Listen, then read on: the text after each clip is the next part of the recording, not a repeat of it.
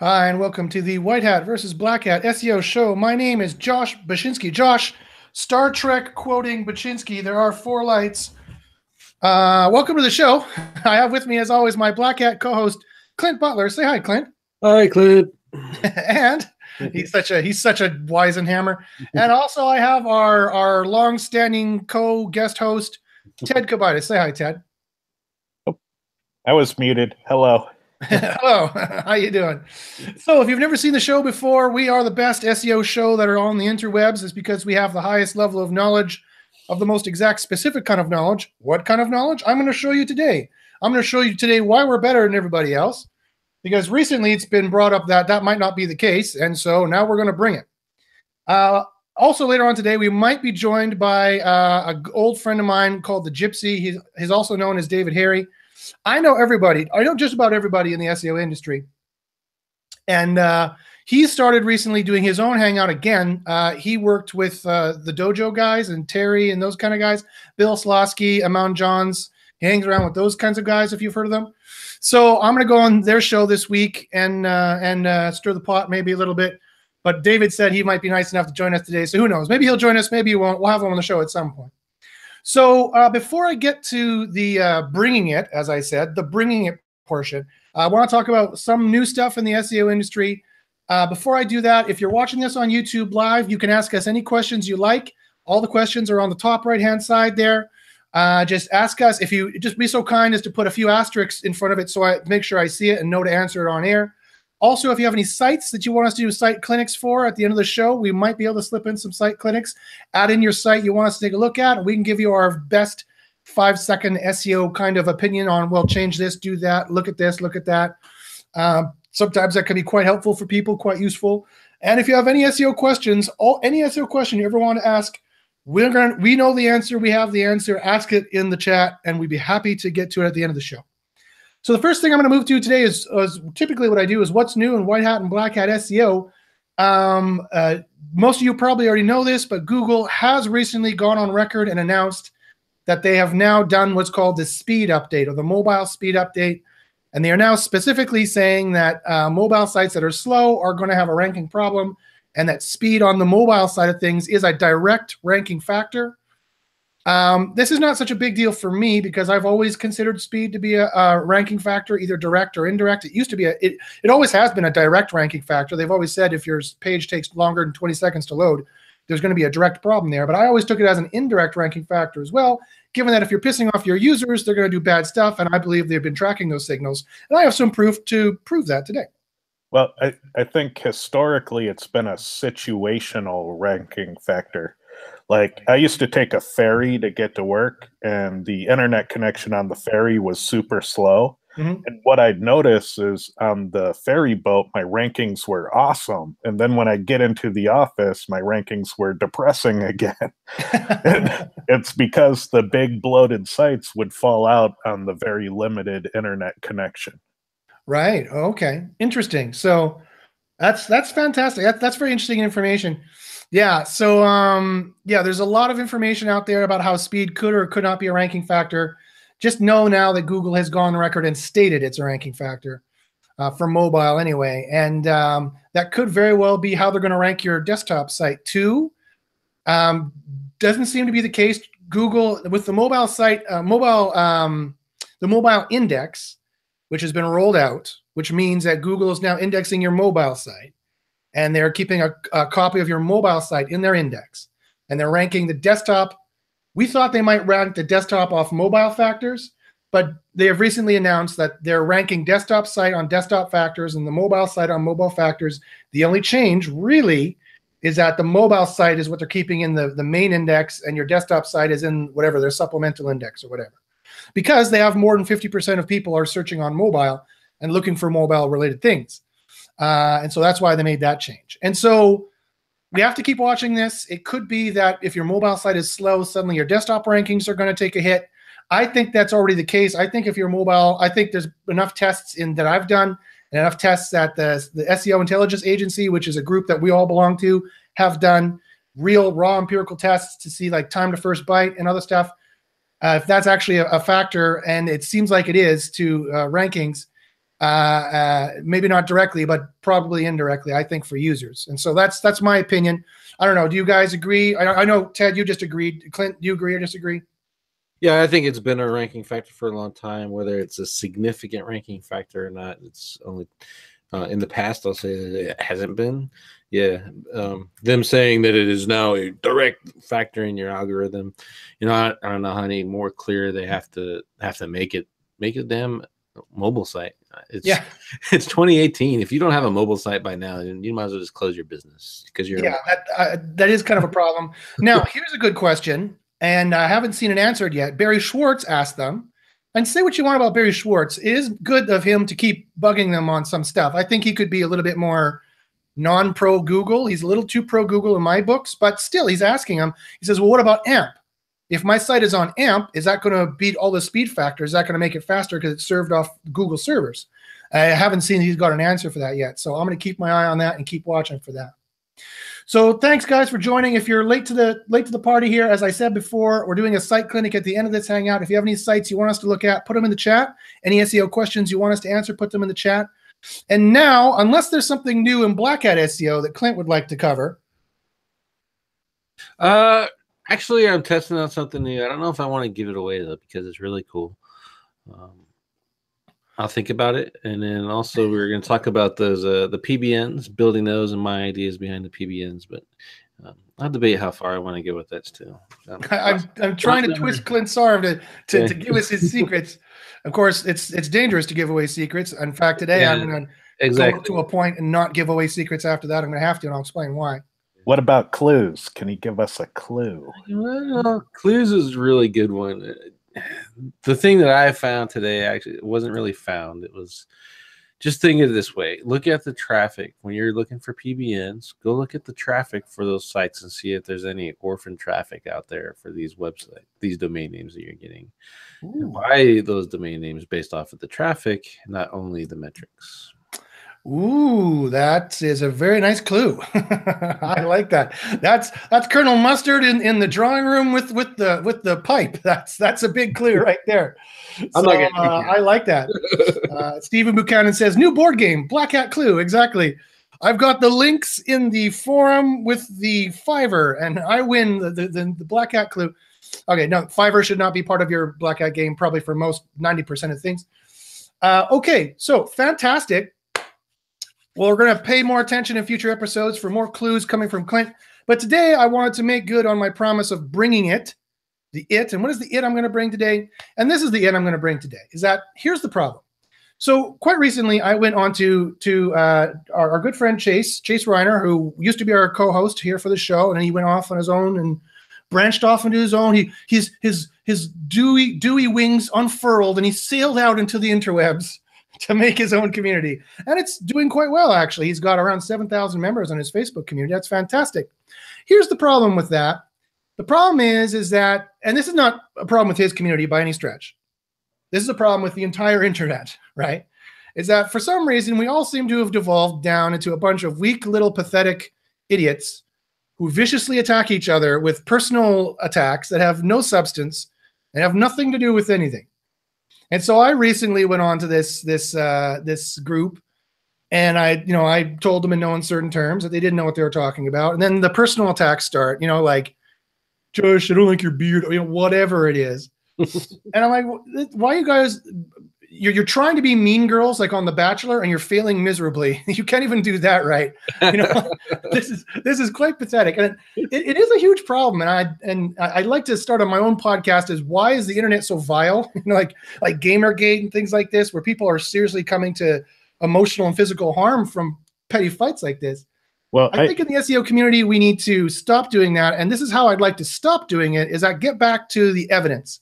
Right, get back to SEO debates and get back to the SEO evidence. And that's what I'm going to bring to you today is some SEO evidence. So let me actually share my screen here. And while you're bringing that up, I'll give my 2 cents before you get deep into it. Sure. I think the getting rid of it probably won't go away until we get rid of the hats theory. The white hat, gray hat, black hat crap, because there's always going to be people that are on their moral white horse telling other people what is bad because they, they wouldn't do X, Y, and Z.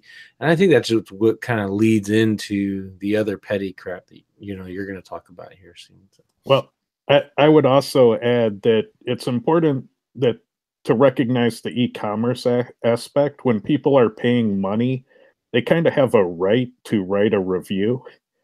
And if that review is negative, that's not a personal attack. Negative reviews are beneficial. They help you create, better products in the future, and they set expectations better with your future buyers. And we've all bought things on Amazon that had negative reviews, and I'd be willing to bet that we adjusted our expectations because of them. Indeed. Yeah, no, for sure. I know these are all valid points you guys are making. I agree completely. Oh, you made an infographic finally. Yes, I did. Yeah, this is for those of you who've seen my chart before, the 5 ranks of necessary SEO evidence. I'm going to talk about this for literally 5 seconds and move on. So here's the problem in the SEO industry, and it's that people think they have knowledge and they don't. It's not an SEO problem. It's actually a philosophy of science problem. It's a philosophy of knowledge problem. They don't know what knowledge is. They think that they're casual in the field observations about what they thought they saw ranking, or what Google told them, or even worse, the opinion of some SEO on some talk show like this, unvetted and unverified, constitutes knowledge. It doesn't. This is where we generate hypotheses. This is where we generate, I observed in the field that my 3 competitors all have images on their index page. Maybe an image on the index page is a ranking factor. Emphasis on the maybe, right? Not it is for sure, maybe, right? That doesn't constitute knowledge. That's where we generate hypotheses. It's on level 1 and 2 here that I know Ted will know exactly what I'm talking about, and Clint will too. It's on level 1 and 2 here where we actually get knowledge, where we stop generating hypotheses and we start generating facts. And when I say start generating facts, I mean because this is an iterative process. We can't just run single variable experiment in science. I need to run an experiment, then Clint needs to verify it, then Kyle in SIA needs to verify it. And then we need to, then knowledge starts to be made, right? When we can verify each other's experiments and like, yep, I tried this and you're right, it is a ranking factor. That's where knowledge starts to be made in single variable experiments in controlled environments, which I'm about to show you some. And also, but not to forget, what I consider to be the second rank, sorry, Ted, I consider to be the second rank is niche specific correlation studies where you think, I wonder if an image is a ranking factor, and you can do a correlation study to see, yeah, well, in the 10,000 sites I checked, it does correlate with rankings or it doesn't correlate with rankings. Of course, that doesn't mean it's causal. This is where we determine what's causal up in the first rank, but at least this is where the knowledge starts. So how can I go on to these boards and argue so effectively that I know that they don't know what they're talking about? And it's because I know that nobody does this. Virtually nobody in the industry runs correlation studies the way that Ted does, Ted software does. And I know why, because they don't have Ted software, because it's just starting out. I mean, he just recently went into this group and said, hey guys, you should be using my software. And it's for these reasons, because this is starting how to change hypotheses into knowledge. And also it would be very time consuming to do it manually. Ted software checks like 500 different factors over 1,000 different sites. That would take you a month to do manually that he can do in 5 minutes. Yeah. So if you want the software, it's bit.ly/get-cora, bit.ly/get-cora. That's where you can get his software. You can check it out. And also you can run experiments like I'm doing manually if you like, or you can join the SEO Intelligence Agency. I have a coupon code for that as well. Email me if you're interested. Now, why would you want to join the SEO Intelligence Agency? Because you get knowledge like this, which I'm about to share with you here. So I've done some experiments and they've recently panned out. Oh, the fading infinite regress of video. Here they are here. So you guys can see my screen here on the right and the left here. Yes, yes. Yep. Fantastic. I'm gonna try to make it a little bigger, so maybe it won't be so hard to see. So I'm gonna go through a couple experiments for those of you who've never seen any of my experiments and how they work here before. For example, I just started running 2 new experiments, and this is very exciting. So I'm running CTR. So people ask, is click-through rate on the Google SERP a ranking factor, or is it not a ranking factor? And then, or is it just direct traffic going to the page? Is it a ranking factor or is it not? So I decided to test that. So I have garbage SERPs like this SERP here. You see this SERP here, this FT6QQ. I control virtually all the pages on this SERP, right? There's no traffic for this SERP. No one's searching for this. There's no links being built. There's no social. I control virtually all the variables. And so this is the testing environment that I like to use. And this is how I know that if I do this 10 times and it keeps working, I know it's a ranking factor for a fact, not a hypothesis. And this is how I know my knowledge is superior to those people who do not do this. And that's how I can so confidently and rather annoyingly go onto these boards and poke the bee's nest, as it were. So I'm running 2 tests here to see, and let me tell you what the test, we just started running it, so it's very early days, but let me tell you how this test is running. So the CTR, we're running about 100 different, I'm not going to tell you the source of the traffic, but we've got a source of traffic that's going to go to each page equally, about 100 visitors for this and 100 visitors for this one. This one is they're going to go there directly, and they're going to do some magic there. And then these ones are going to go through the Google SERP. They're going to do a search for this search query here. This is the keyword here. I'll even show it to you here. They're going to do a search for this. They're going to click this one down here, which is the VG4EM. This is the one down here they're going to click. And they're going to go to that page, and then we're going to see if the click-through rate of them clicking on this is a ranking factor. And so they were ranked out now. It's very interesting to note that I started sending traffic to these, and Google flushed them down the toilet for my tester, although I still see them here from my IP address, but this IP address doesn't see them.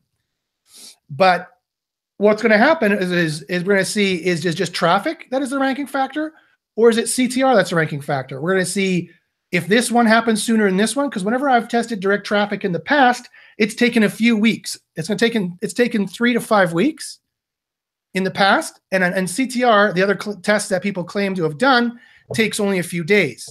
And so we'll see if this goes up in a few days or it doesn't. One, that's hypothesis 1 that we're testing. Hypothesis 2 is that CTR is a ranking factor, and if it goes up higher or less than the direct traffic goes up.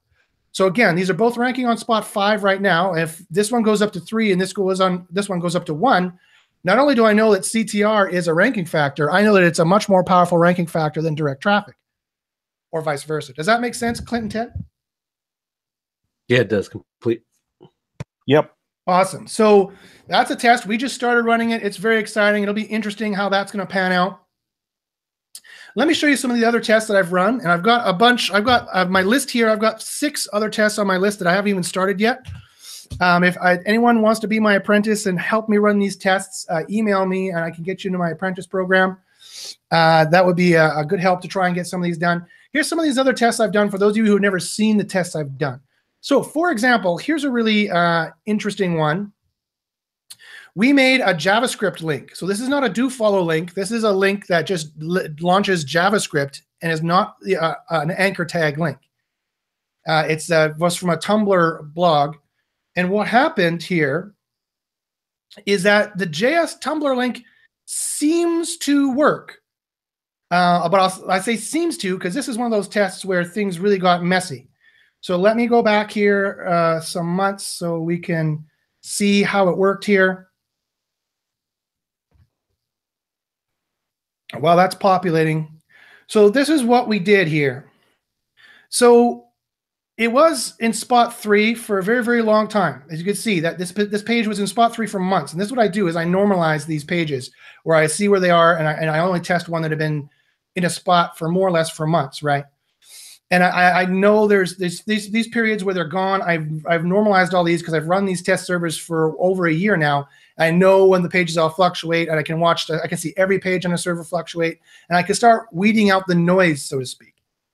And so what we did is on September 20th, we made a link, and then we spot checked by September 25th, and it was gone. It was gone for a little bit, but there was a strange boost weeks later. So I'm not sure if it was traffic or that gave me this boost, but then it seemed to fluctuate after this, but it's more on top than was number 3. So this one's a tough one to call, right? Was it the JS Tumblr link that seemed to give a positive boost, or was it the traffic of people going to this page to test it seeming to be giving a positive boost? It did not go back to number 3 and stay at number 3. You see, there's a difference between it popping up here and popping back up here. So that, again, is starting to give a positive kind of look at maybe a JS Tumblr link and maybe traffic or ranking factors. And this is how these experiments work. Sometimes you have a very clear result, sometimes you don't. Let me show you one that gives a more clear result then. I mean, as you know, science is tough, and sometimes you don't get clear results. Here is one that we had a very clear result. Now, for example, does the disavow help at all? So we made another JS redirect link, and we indexed it through Gmail, by the way. We didn't even index it through like submitting a page to Google. And on July 26th, it seems to work. But as you'll see here, we disavowed it August 10th. So let me get you the actual graph so you can see yourself. And you don't have to take my word for it. Apply that, update, let's go. And that will populate, hopefully. Okay, here we go. So July 26th, right around here, we made a link. It was a JS redirect link. Again, not an href tag. It was an href tag, but it didn't go to anywhere. It just launched a JavaScript program. But it still seemed to be counted as a link. As you can see here, we got a boost from this page, and it was ranking at this spot, number 3, for quite some time. So, okay, so I thought, well, can you disavow those kinds of links? So on August 10th, I tried to disavow it. Nothing happened. August 14th, I indexed the backlinks that were in the disavow file, and look what happened. It got dropped to spot 4, and for a bunch of times there, it was actually off the SERP. Whenever there's a long pause there, it's actually off the SERP, and my tracking software can't find it. So it would appear that this is another case of if you disavow a link and Google doesn't like it, it might start A/B testing you, and I have more proof for that as well. But then after a while, it seems to, whenever you have any questionable links going on, Google seems to drop you and A/B test you, and then it came back strong and was ranking strong for quite some time. It dropped a little bit more to spot 2, but now it's back on number 1 again. So again, I have this page. It was ranking on number 3 for quite a long time. I make a JS Tumblr link to it. I disavow it once. There's some dropping and some intermittent stuff like I see every time I disavow. But after that, other than some dancing around a bit, it seems to be pretty strong at spot number 1. Again, this is more evidence to try and suggest that a JS link might actually work, or it doesn't hurt. This didn't get totally dropped off the SERP, and that the disavow doesn't seem to do anything other than maybe make you de-indexed and dance around. Let's look at another one. Go back to here. Okay, so let's look at this one here. Now, this was a test that Clint actually helped me with. This was our negative SEO test. The question is, does negative SEO help? What we did is we took a page, and Clint, with his nasty GSA program, built 100,000 of the nastiest possible links he could build to it. Tell me what kind of links you built to it there, Clint. Some really bad words for the anchor text. It was directories, forums, blog comments, trackbacks, pingbacks. Pretty much garbage. Garbage. As garbage links as possible. All the links that White Hats say don't build, Clint went and built them in spades. 140,000 of them. And look what happened. He built that around, oh no, now Microsoft wants to update. No, Microsoft, not now. Of course, that always happens when you're doing a live demo, right? So we built them around May 26th here, and look what happened. Within a few days, boom, he ranked that page at number 1. And it ranked for about a week, and then it had some fluctuation, which was atypical fluctuation. So this was not fluctuation on the site. So only this page was fluctuating. No other pages on the server were fluctuating at this time. And so I think this is due to the questionable links that were built. This is kind of, and I talked to Matt Cutts about this one time, and he told me that they were building algorithms. Matt Cutts used to work for Google. And he told me they were building algorithms to try and fake out SEOs. And they're talking about this. Not only he talked about this, other people did talk about this as well. So I think this is what this could be here, is where they're like, oh, you bought some link, you made some links that look questionable to me. We're going to make you fluctuate here and see if you disavow. And there was no disavowing. at least at that time. And then boom, we're ranking solid for many, many, many months. And so I thought, well, what would happen if I try and disavow? And I tried disavowing on August 21st and 25th and see what happens. August 21st, I disavowed 8,000 links. Nothing happened, except look at this. After August 21st, look at these periods where it started A/B testing off the SERP. Not a lot, but these are periods here like between September 20th and September 23rd. For the 21st and 22nd, then it was gone off the SERP. It didn't go down to spot 2, 3, or 4. It was gone off the SERP, right? It was disappeared. And then it came back on number 1. This only happened, look how solid it is here. Fully solid up until this point until August 21st after I disavowed. See that? Here's the point here. I'll move my mouse right to here so you can see. See how solid it is between here? And then after I disavow, now it starts, now and only now, it starts to A/B testing, exactly like we saw on those other 2 SERPs I showed you. And October 25th,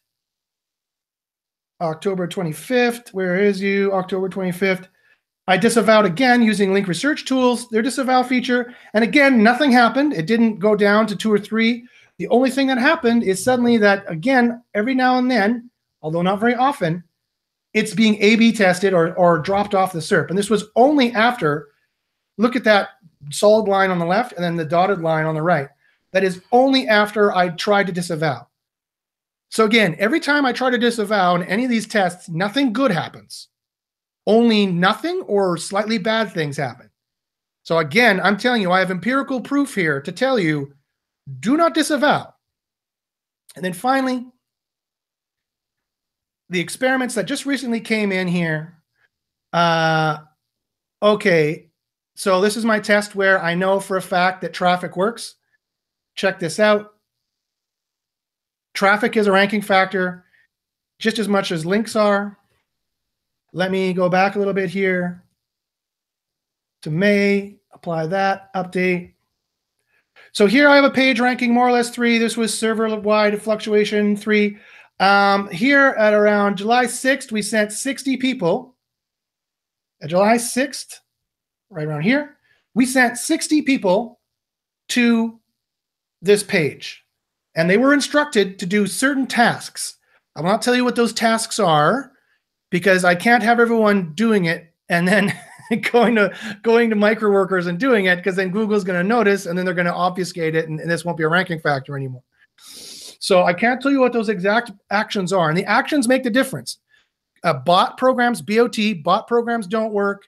Garbage traffic doesn't work necessarily. It's got to be a certain kind of traffic that do certain kinds of tasks. But once they do, and I've tested this multiple times, here's just one of these tests. Once they do, boom, after a few weeks, that page pegged to number 1 and pegged to number 1 pretty consistently. And this drop here, I thought, oh, this was a server fluctuation. I checked my server. It's not a server fluctuation. This here, you can check on Barry Schwartz's SERoundtable.com blog, SEO blog himself. This was an industry-wide fluctuation right here.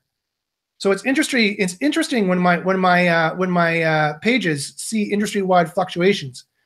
So this was an industry-wide fluctuation, and then see, I haven't sent any more traffic to it, and still pegged at number 1 for the most part. So this actually supports the quality score hypothesis. In 2012, Google produced a patent called the Panda patent. It's the latest Panda patent, and in it, it said that they would compute a quality score based on the actions of a user going to a page. And so this supports that hypothesis. They're actually using that patent, and this is how it works.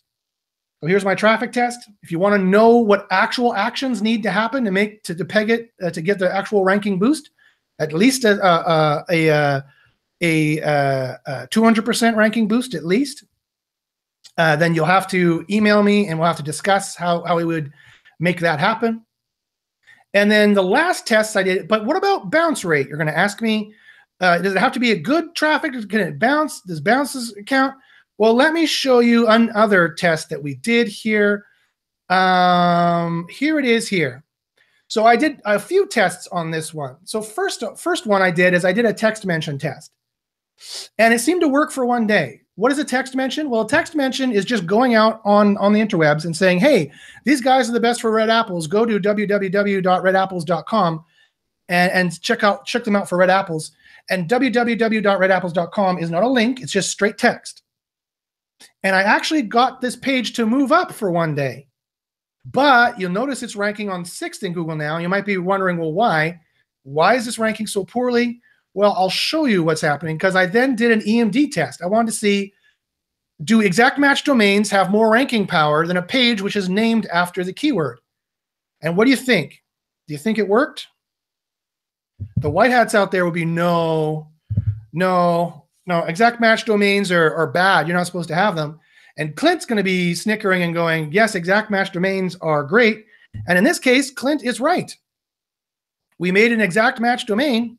And as you can see, it ranked number 1. And we even made a blogspot blog named after the keyword, and it ranks number 2. And in fact, Google thinks this is such a high quality one, such in terms of semantic, because well, there was traffic actually. But in terms of semantic, there's no traffic going to the blogspot one. And so it's getting 2 listings because apparently it's such a good semantic. Google's like, Google has no idea what HE1Z05, it has no idea what this is. So it's like, well, I know this blog page is all about it, so I'm going to give you 2 pages from that one site. And then it even ranked CuteStat. For you guys who know what CuteStat is, whenever sometimes you register your domain on GoDaddy, it'll automatically go and make like a CuteStat listing and like a new website listing and things like that, like this crap down here at the bottom, like this whatever. Oh, this was the link we made. Sorry. This registry, the db.com, all these kind of garbage links that you get made when you do a domain name registration. It went and made all this crap as well, which I didn't want it to do, but it was actually it was an accident in the lab that it turned out being very good, because I can see even this, because it's in the domain, is ranking over the page. So if any whiteouts out there tell you that exact match domains are dead, or that they don't rank anymore, well, I have a number of tests, and this is not the only test I have. I have a number of tests that contradict that myth. However, I'm not saying, therefore, you should all go out and buy exact match domains. That is not what I am suggesting. John Mueller has specifically stated that exact match domains are filtered and that you might see one on the SERP. So if you think you can be the one that gets to be on the SERP, then fine, you can try it. But as I showed here, it does get a boost. Now, let me show you some more interesting information about this. So you got to use some risk mitigation strategy when this is involved. Oh, the infinite regress, there we go. So if you think you can be the one that's going to get past Google's filter of low quality EMDs, by all means, but you better have a very high conversion rate because they're going to watch that. Now, also, I don't know if you saw the last SA episode. That's probably why you want to be in there, but the last monthly roll-up that they put out, Kyle actually disproved John Mueller, and he ranked 4 EMDs, .com, .net, .info, and .org, all on for the same search term. Ooh, and was this a single variable test, or was this? He actually used a real keyword that people might search for. Yep. Yeah, and that SIA test was awesome. Yep. Yes. Awesome. Well, see, this is why we test. So I am the first to admit when I'm wrong, based on tests, not based on people's mythical knowledge, but based on tests. And so even my risk mitigation strategy might be too conservative, right? I don't know if I would recommend. I definitely wouldn't recommend changing your URL once you've already bought it and ranking it. But if you're starting out and you think that you could rank it, I mean, you might want to give it a shot. We've got some good tests here to show that maybe it's not as risky as I possibly think. Now, let me show you some other very interesting stuff that happened with this test, and then we're going to get to some site clinic stuff. So get your questions in the chat and get your site clinics in the chat.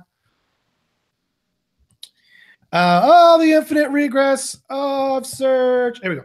Okay, so here's some very other interesting stuff that we did. So I wanted to test, okay, well, what about bounce rate?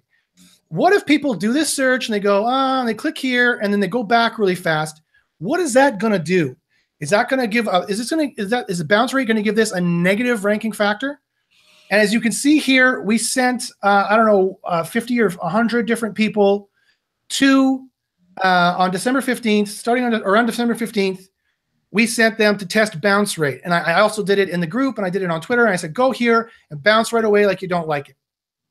So we did a whole bunch of traffic. And I thought, hypothesis, if there's a negative ranking factor, this is going to go down. Well, it didn't go down. It didn't go down at all. It didn't go down over Christmas. In fact, over Christmas, it got site links. You guys know what site links are. It's the you know, the extended kind of indented thing here where you can click links that are like about us, contact us, you know, those kinds of links on the page. So sending that traffic, even though they were only there for under 30 seconds, and even though they pretended like they didn't like the page, and even though ostensibly this was not happy traffic by any stretch of the imagination, this site got site links because Google's like, well, they're getting the traffic on the SERP, right? And my hypothesis was that bounce rate was not going to be a negative factor. The reason is because it's too easy to manipulate. It's too easy to go on microworkers and say, hey, send 1,000 visitors to this page and then bounce right away. And if that was a negative SEO tactic, it'd be too easy to do. And so it's very fascinating what's happened here. I used to have a Twitter listing here because I mentioned this keyword on my Twitter when I told them to go here and bounce. I used to show up right about here for Twitter. So if there was any question about whether Twitter or not was being used by Google, it is. But see, it's freshness. Twitter has to do with freshness. And see, it's not here anymore. It's not even, I wonder if it's on the second page here, maybe. Oh, here it is. It's filtered down to the second page. So this is where I said go on here and then bounce under 5 seconds, right? And then, oh, this is weird. Facebook, all the weird Facebook things that take it's associated images with this keyword. It's like it's very interesting to see what images it associates with this keyword because this is a garbage keyword that never existed before, and I have no idea who these people are or what this is. This is a picture of the index page that's winning, though. By the way, oh no, from CuteStat. That's a picture from CuteStat. Fascinating. So bounce rate, as far as I can tell. I'm checking January 17th, and it's a few weeks later. And if it was going to sync it when they updated the Panda algorithm, that I think updates every 3 to 5 weeks, that gives a boost or a minus, it would give the minus, and it hasn't given a minus. So, or the minus it gives is not as powerful as the EMD factor. I suppose you could say that too. So that's the tests I have. This is the test that just finished. It had site links around the time when it was getting the traffic. You notice it doesn't have them anymore, at least for me. If you see site links when you do this search in your neck of the woods, let me know. But so those are the tests that I had run recently. And so there's my experiments. So that's kind of how you have to do SEO these days. You have to test. You have to do experiments. You can't just listen to someone else's blog and make conjecture. I mean, you can all you like. And some things we can't test, and we have nothing but conjecture to go on. And that's where we take a risk mitigation strategy. Like, for example, if I had never run those EMD tests, my stance would be, well, Joe Mueller said not to do it, so I wouldn't recommend it. And that's being a responsible SEO consultant. That's what my position would have been. But I would have been irresponsible overall because I didn't get off my lazy ass and do experiments or join a group that does experiments. Or I didn't get off my lazy ass and run a correlation study, right? And so we do the best we can if we're trying to be responsible SEO consultants. But overall, we're doing a bad job if we just, quite frankly, don't do these experiments. And the reason why I can go onto pretty much every SEO community online and I can slag them off is because I know for a fact they don't do this. I check their experiments, and their experiments are crap, right? They're in the field observations that they're not isolating the environment so they can have more confident predictions. So that's my rant on experiments, guys. I hope you liked it. Clint, Ted, do you have any comments about that? I, for one, completely agree with your infographic. And I'd point out that the testing you put in number 1 leads to more correlation. Indeed. They all connect, right? And you do some correlations, and you think of experiments to run, and then you run some experiments, and you think, oh, I wonder if that's going to correlate. And you run Cora to see if it correlates. And when you have 2 of those nodes on that, or 2 or more of those nodes on that sweeping line I drew that are correlating with each other, like if you have single variable experiments proving it is the case, and John Mueller saying that's the way it should work, and Cora saying that's the way it should work, that's when you have knowledge. That's when you have SEO knowledge. Not because you went to SMX West and listened to Gary Ilyish on stage and he said, well, blah, blah, blah, blah, blah. Or he winked at you in the hallway passing by. You're like, hey, Gary. And he's like, wink. And you're like, yes, the disavow file truly works. Like that's not how knowledge works, right? If you were a scientist and you operated in that fashion, you would be fired. right? You would be fired on the spot if that's how you operated. There is no reason why you should be so irresponsible with your client's money that you're just going off of hearsay and myth, essentially. Like you think if you do a dance, it's going to rain, and therefore their pages are going to rank. That's the same kind of level of knowledge. So, quite frankly, the SEO industry needs to pull their pants, needs to put their big boy and big girl pants on and start running experiments and joining groups that run experiments, because at the end of the day, that's the only place where you generate knowledge, and you're not generating more guesses, more hypotheses. So, Josh, can you explain why you can't really share out and publicize your test keywords and what that does to the test results if you do? Yeah, it's because, as you said here in the chat, it spoils the test. After I found that traffic is a ranking factor, now we can never go there anymore. So I use the Tor browser. So if you guys have never downloaded the Tor browser, it's a encrypted browser that uses random proxies around the internet, and it is not using the same features that all the other major browsers are. Firefox, IE, and Chrome all use something called the Safe Browse feature, which sends packets to Google, so Google can test whether or not you're going to a malware website. You know that big malware screen that pops up? You're going to a malware site. Guess who runs that database for free? Google, right? And they have for ever since it started. So if you want to test the actual pages and click around, use Tor. A word of warning, Tor is also often used by terrorists and criminals and people who don't want the NSA to spy on them.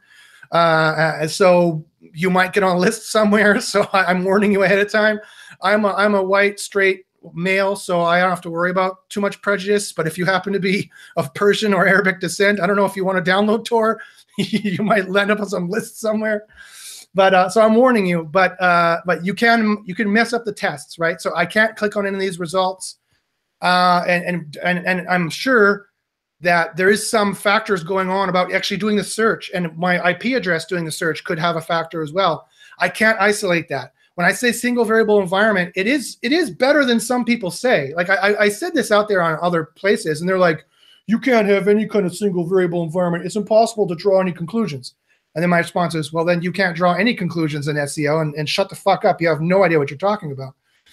But so it's not as bad as that, but it is more single variable. So and I can't say some things that happens because, again, I don't want to mess the tests that I'm doing and other tests. So stuff like that. Everything I've shown you here, if you want to click on it, you can click on it. It's probably not going to affect anything I'm doing. Okay, so let's see here what questions we can answer, what site clinics we can do for the last bit of the show here. I see that somebody wants the link for SIA. Sure thing.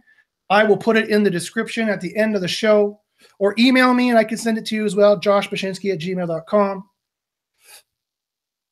Stephen Buchanan says, this is the show with the most back pain pills. You're right, although my back has been fine for months. You'll be happy to know that my back has been fine for months, and I've been grappling and punching with the best of them. Okay, so yes.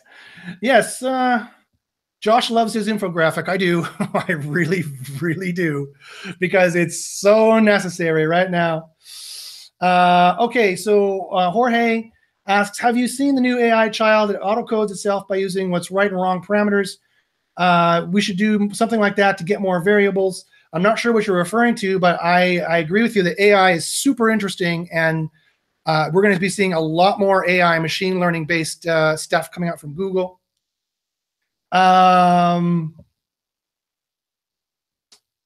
This is great. Thanks, Josh. You're welcome.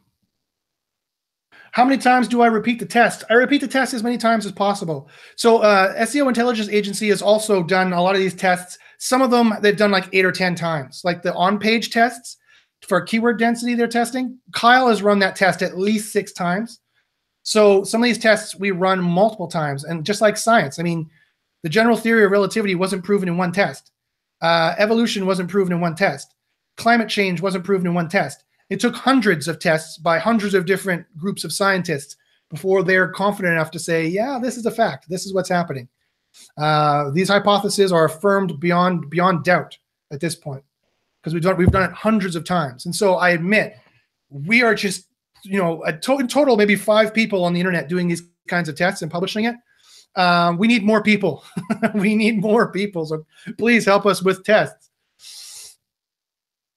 Rajdweep has a question. He says, Quora finds the top ranking factor in the particular niche. Maybe there could be a possibility that CTR could be an authoritative factor in one SERP and redundant in others. So the results that you are finding through this CTR experiment can't be generalized. You're right. You are absolutely right. There is a danger to generalizing the correlation results, but there's less a danger to generalizing these results because Google doesn't know what this keyword is about. It's an imaginary keyword that I made up. And so, you know, they'll be like, do you want images? Do you want info pages? Here's the EMD. You're right. They could have extra rules that are like, well, in a keyword that I know what it's about, I'm not going to give you an EMD because historically in the payday loans space, for example, these EMDs were nasty. So I'm going to demote them. They could have a secondary patch on top to do that. They could. It could be a freshness, right? CTR, the clicks, the searches you get and the CTR you get has a lot to do with the freshness of the query as well. It could very well be freshness that they have that's giving you that boost, and that CTR plus freshness equals boost. CTR and no freshness equals no boost. That could be a factor as well. So I will be the first to admit that I have specific hypotheses that I am getting evidence to help affirm or to help deny. Emphasis on the word help, right? But this is where we start getting knowledge, and we generate more hypotheses, yes, but at the end of the process, there is knowledge, as opposed to speculation always just leads to more speculation without testing. So we have to be careful about the conclusions that we draw. As Ted mentioned here, he says Quora doesn't measure CTR. Unfortunately, Quora can't measure quality factors. But Ted and I don't know, Ted, if you want to comment, if you want to tantalize some people who are using Quora or thinking of using Quora, we thought of some ways we might be able to track a little bit of quality.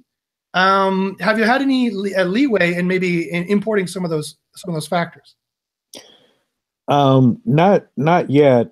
You know, the two that seem to matter. Well, the three that seem to matter the most would be, you know, the overall traffic of the website, the click-through rate for the specific website in the search term, and then repeat visitation. Mm-hmm. And those are things that all the data providers don't tend to publish. And the few places that have the traffic estimates tend to be, you know, wildly off. So it's a tough one to do. Yeah. Have you checked SEMrush? Is their traffic wildly off? Yeah, you know, it's not the best representation. They're playing estimation games by where you rank, it looks like. And, you know, those aren't an accurate way to do it because they don't account for you know, the call to action influencing the click-through rate and things like that. Yeah. So unfortunately, this is where Google holds all the cards. And this is another reason why I think they moved in this direction, because it's very hard for us to reverse engineer. And the only way for us to reverse engineer it is hypotheses it might be a factor and then try and replicate it in a test. You can't just read an HTML tag for quality, right? So I think that we might be able to, and Ted and I have talked about this, but I think we might be able to get a kind of a quality analog that if we can pull the landing page experience score out of AdWords, that could give us some idea as to how high quality the page could be or not be. We can check how much it costs to bid in that area. We might be able to calculate an algorithm. If the bids are much higher, it could be because they have a lower quality, a lower landing page experience. And if we run correlations, we might be able to see, well, bids are really high in this across the board in this niche. Maybe it's because there's lower quality, you know, who knows? And the traffic is higher or lower. You know, we might be able to write an algorithm there to kind of a guesstimate as to quality.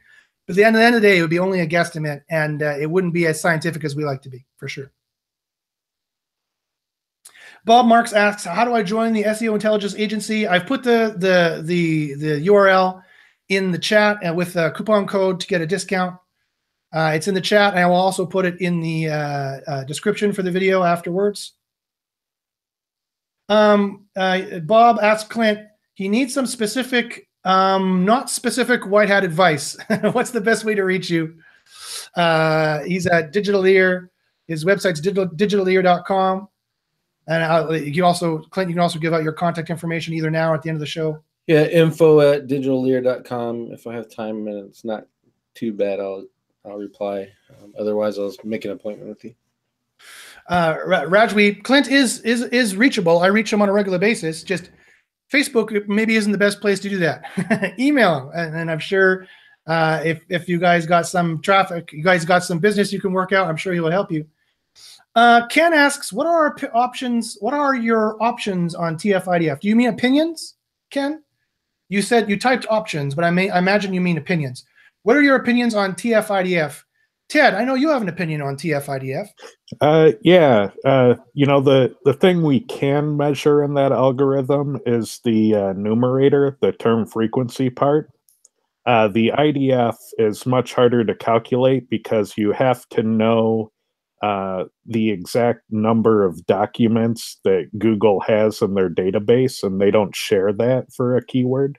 They give you an estimation, and again, we know those estimations are wildly inaccurate. But the important part of TF-IDF is the TF, the term frequency. And TF-IDF is a relevance algorithm. It helps you quantify how relevant a document is for a specific search term.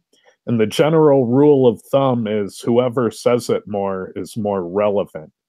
So if you want to win on the relevance part of the search algorithm, you need to use your keyword terms more in the appropriate places than the competitors. So the way to win on term frequency is to use those match words more on your page. Sweet. So there you have it from the guy who I know knows the most about TF-IDF and an actual testing and proven environment. Mike Wild had a very long question. The short answer is I would never change domain names. To give you a good answer, I would need to actually do an audit on this website. My SEO audits are not as pricey as some white hats, but still very good. I guarantee the results. I guarantee if you follow my audit that your rankings will be better. If any of you are listening to this and you're like, boy, I'd really like to rank better, but you don't know what to do, email me and get me to do an audit, because my audits are thorough. They're based on this evidence that I found. They're based on all the 5 ranks of SEO evidence. They're based on all my knowledge. And I guarantee, 100% guarantee that if you follow what's in my audit, after I audit your site, you will rank better and you will make more money and you will succeed, and everyone else will die a horrible death. So email me if you want that audit, joshbachynski @gmail.com. I do have a waiting list. Anything else you say here? My question is that there's a probability. Should you move the server? No. Rebuild the site in HTML5? No, that has nothing to do with rankings, really, per se. Transfer domain name? No. You can move the server if you get faster. Transfer domain name? No, I wouldn't do that. You said that the site has recently seen 5 million links. Then that's great. That's good. As I showed you, it's really hard to negative SEO a site through links. So that's to the good. So again, you need someone to look at this. You can't just, don't go to Facebook forum and don't go to a show like this and ask such an important, detailed question. You need to have, it's like going onto a medical forum and asking if you should get your cancer looked at and have a surgeon cut it out into some back alley. No, get a real doctor doing some real tests. You need a real SEO doing some real tests, which was my best suggestion of what I could say there. Okay, folks, let's see what else we got here. Any final questions we can answer?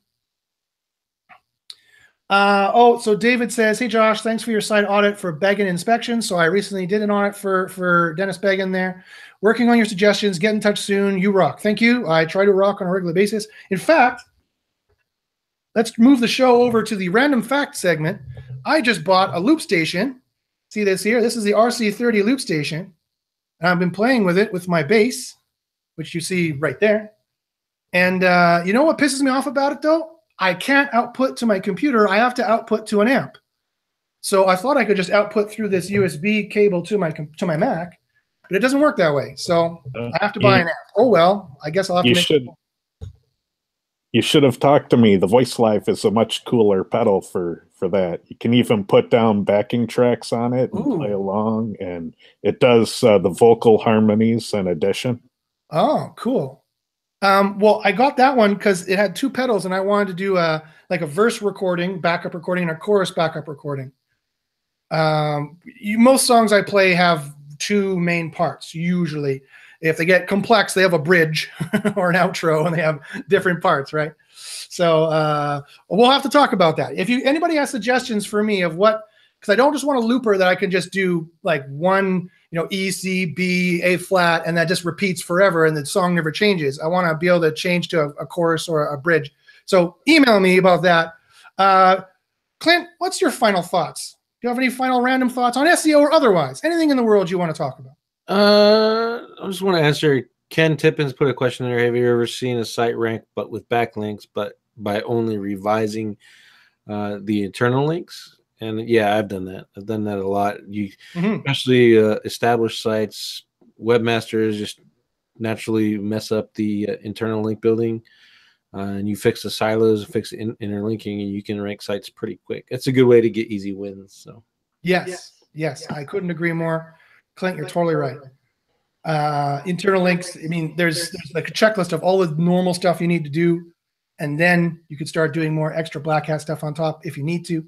And then Bruh asks, do I audit websites in foreign languages? Yes, I use a statistics-based approach. So it doesn't matter if I can read the language of your site, I can read the stats. So yes, email me, joshbachynski@gmail.com. So that's been about an hour, folks. Thank you for watching White Hat versus Black Hat SEO Show. My name is Josh Bachynski. You've been watching Clint Butler and Ted Kubitis. To contact myself for any SEO audits, any SEO question at all, email me. It's not a problem. At joshbachynski@gmail.com. That's joshbachynski@gmail.com. You can follow me at Josh Bachynski on Twitter. And you can find more SEO experiments like this, more experimental results from SIA, more correlation studies that Ted's done, more leaks from Google, more SEO experiments, and all kinds of goodies at youtube.com/jbachins. That's JBACHYNS. Please recommend us out there as an SEO show that you like to watch. And good luck in the SERPs, and we see you next time. Bye, folks.